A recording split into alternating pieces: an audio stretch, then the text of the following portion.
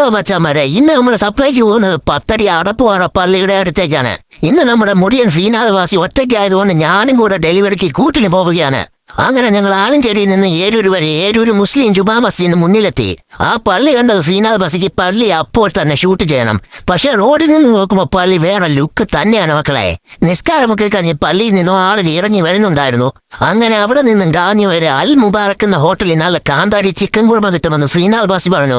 വീട്ടിൽ ചാപ്പാട് കൊണ്ടുവന്നിട്ടുണ്ടായിരുന്നു.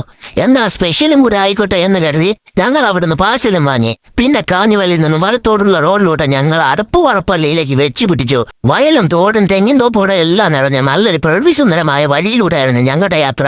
വഴി കണ്ട കാഴ്ചകളൊക്കെ ശ്രീനാഥവാസി വണ്ടി ഓടിച്ചുകൊണ്ട് തന്നെ ക്യാമറയിൽ ഒപ്പിയെടുത്തു. ഞാൻ വഴി കണ്ട മാങ്ങയും തെങ്ങയും റോഡിൽ കൂടെ പോയ ചേച്ചിയെയും വായി നോക്കിയിരുന്നു. അങ്ങനെ വരുന്ന വഴിയിലാണ് ഒരു അപ്പൂപ്പൻ തോട്ടിൽ നിന്ന് മീൻ പിടിക്കുന്നത് കണ്ടത്. പിന്നൊന്നും നോക്കിയില്ല, ശ്രീനാഥവാസി വണ്ടി ചവിട്ടി.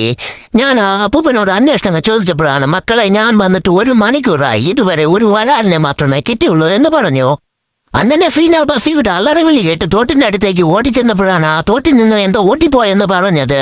അങ്ങനെ ഞാൻ അപ്പൂപ്പനോട് ചോദിച്ചപ്പോഴാണ് അത് മഴപ്പറ്റി വെള്ളം കുടിക്കാൻ വരുന്നതാണെന്ന് അപ്പൂപ്പൻ ഞങ്ങളോട് പറഞ്ഞു.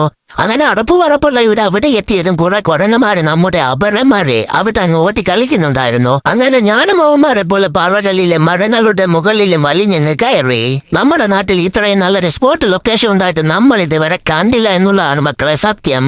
വലിയ പാറകളും വെള്ളച്ചാട്ടങ്ങളും മരങ്ങളും ചാട്ടുകളും നിറഞ്ഞ നല്ലൊരു ഏരിയ തന്നെയാണിത്. വെള്ളച്ചാട്ടം കണ്ടത് എനിക്ക് കുളിക്കാനുള്ള പൂതി അങ്ങ് ഉണർന്നു. ഞാൻ അതിലേക്ക് എന്നെ എടുത്തുചാടി.